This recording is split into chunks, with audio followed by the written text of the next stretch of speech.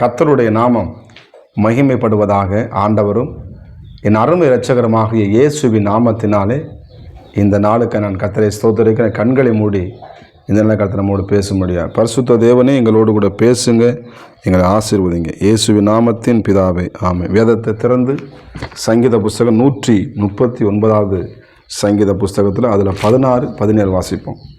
139, 16, 17. என் கருவை உம்முடைய கண்கள் கண்டது, என் அவயவங்களின் ஒன்றாகிலும் இல்லாத போது அவைகள் அனைத்தும் அவைகள் உருவப்படும் நாட்களும் உமது புஸ்தகத்தின் எழுதியிருந்தது. தேவனே, உமது ஆலோசனை எனக்கு எத்தனை அருமையானவைகள், அவைகளின் தொகை எவ்வளவு அதிகம். கர்த்தருக்கு மகிமை உண்டாவதாக. இந்த 139:16 என் கருவை உம் கண்கள் கண்டதே என்று எழுதப்பட்டிருக்கிறது. ஆமே. நம்முடைய முதல்ல ஒரு மனுஷனுடைய வாழ்க்கை உருவாகிறது இதயம்தான். அதே மாதிரி இதயம்தான் இல்லை, ஆனால் அந்த ஆண்டவர் சார் கருவை உம் கண்கள் கண்டதே என்று எழுதப்பட்டிருக்கிறது. இந்த கருவு பார்த்தீங்கன்னா பெண்களுக்கு பார்த்தீங்கன்னா ஆண்டவர் பாருங்க அதிசயமாக இந்த கற்பப்பையை உண்டாக்கி இருக்கிறார். அந்த கற்பப்பை பார்த்தீங்கன்னா முதல்ல சின்னதாக தான் இருக்கும், அது இவ்வளோதான் இருக்கும் அந்த கருப்பை.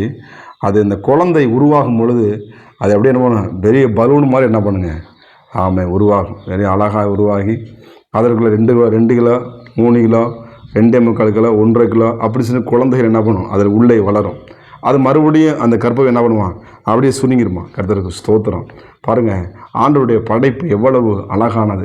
எலும்புகள் உருவாவதற்கு முன்பதே ஆண்டவர் நம்மளை தெரிந்து கொண்டிருக்கிறான். நம்மளை ஆண்டவர் எவ்வளவாய் படைத்து இந்த நாட்களில் கூட அவன் அந்த குழந்தை பிறக்கும்போது பார்த்தீங்கன்னா அது அந்த கண் முழிக்கும்போது பார்த்தீங்கன்னா பக்கத்தில் என்ன பண்ணுவாங்க, ஒரு விளக்கை கொளுத்தி வச்சு, கிராமப்புறம் என்ன பண்ணுவாங்க, விளக்கை கொளுத்தி வச்சு அந்த அந்த பாப்பா வந்து அந்த பார்வை அந்த கண்ணு பழக்கணும்னு சொல்லி முழிச்சு பார்க்கணும்னு சொல்லி என்ன பண்ணுவாங்க, அந்த விளக்கை வச்சுருப்பாங்க. அந்த பாப்பா என்ன பண்ணுங்க, முழிச்சு கண்ணை பார்க்கும். அப்படியே அந்த சின்ன குழந்தை அப்படியே அழகாக என்ன பண்ண, அந்த பிஞ்சு பாலகன் அந்த குழந்தை சின்ன விரல் சின்ன நகங்களை போன்ற அவ்வளவு பிள்ளைங்க அழகாக இருக்கும்.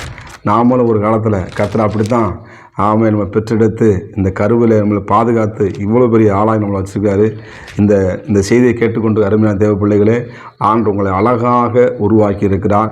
அந்த கருவை ஆண்டவர் உருவாகிறதுக்கு முன்பதாக, நீங்கள் உருவாகிறதுக்கு தாயின் கருவில் உருவாகிறதுக்கு முன்பதாகவே ஆண்டவராகிய தேவன் உங்களை என்ன பண்ணுறார், பார்த்துருக்கிறார். உங்கள் எலும்புகள் உருவாவதற்கு முன்பதாகவே தேவன் உங்களை பார்த்துருக்கிறார். நம்முடைய படைப்பு, ஆண்டவருடைய படைப்பு விஸ்தரமானது, அதிசயமானது. ஆலோசனை கர்த்தர் அவர் என்ன பண்ணுறார், அழகாக இந்த மனிதனை படைத்திருக்கிறார். நீங்கள் சொல்லலாம், நான் இந்த பூமியில் ஏன்டா பிறந்தேன்னு சொல்லியிருக்கீங்களா? அப்படி சொல்லாதீங்க ஒருபோதும். அந்த வார்த்தை இனிமேல் இதுவரைக்கும் சொல்லிக்கலாம், இனிமேல் சொல்லாதீங்க. ஆண்டவர் உங்களை இந்த பூமியில் உங்கள் தாயின் கருவிலை வைத்ததற்கு ஒரு நோக்கம் உண்டு, இந்த பூமியில் வைத்ததற்கு ஒரு நோக்கம் உண்டு, உங்கள் வேலையில் வச்சதுக்கு ஒரு நோக்கம் உண்டு, உங்கள் ஊழியத்தில் ஆண்டவர் வைத்ததற்கு ஒரு நோக்கம் உண்டு.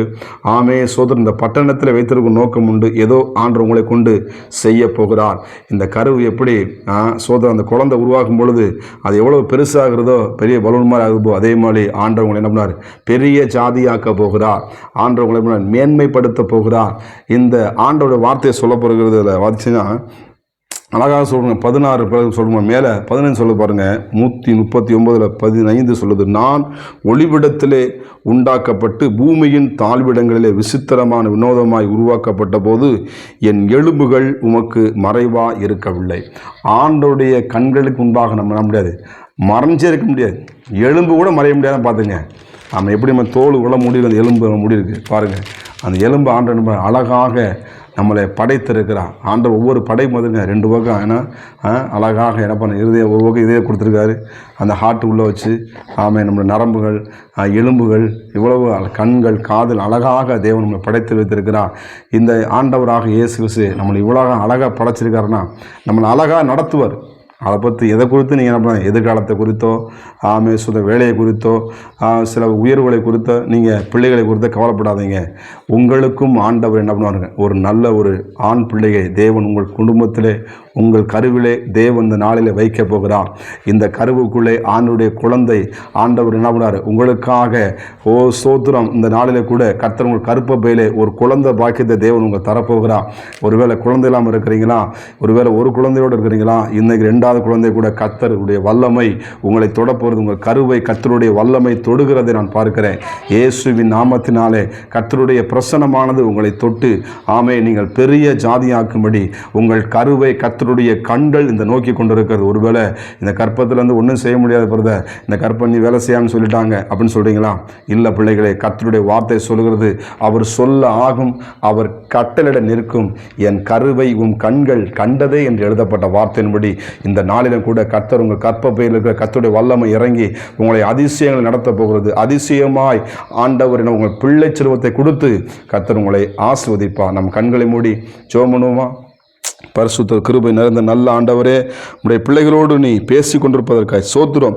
ஆண்டவருடைய கருவை அழகாக உடைய கண்கள் இந்த நாள்களை கண்டு கொண்டிருப்பதற்காய் ஸ்தோத்திரம் ஆண்டவரே. அப்பா ஸ்தோத்திரம் அப்பா. அந்த கற்பப்பையில் எந்தவித விளைவினங்களை இருந்தால் எடுத்து போட்டு நல்ல ஒரு பிள்ளை ஆண்டவரே ஸ்தோத்திரம் அப்பா. உடைய பிள்ளைகளுக்கு ஆண்டவரே கற்பத்தின் கனியை கொடுத்து நீ ஆசீர்வதிக்கும்படியாக நான் செபிக்கிறேன் ஆண்டவரே. உடைய உயிர்த்தல் இந்த வல்லமை இந்த கற்பப்பையில் இறங்குவதாக, இந்த குடும்பத்துக்குள் இறங்குவதாக, வேலையில் இறங்குவதாக, உடைய ஊழியத்தில் இறங்குவதாக. பிள்ளைகளை நீ ஆசீர்வதிப்பீராக, மேன்மைப்படுத்துவீராக. இயேசுவின் நாமத்தின் பிதாவே, ஆமே. God bless you. கர்த்தர் உங்களை ஆசீர்வதிப்பாராக. எலும்புகள் உருவாகல, நரம்புகள் உருவாகல, தசைகள் உருவாகல, தரிசனம் உருவானதே. தாய் கருவிலே தரிசனம் உருவானதே. எப்படி பாவுமக்கு நன்றி சொல்லுவேன், சொல்ல வார்த்தையே இல்ல.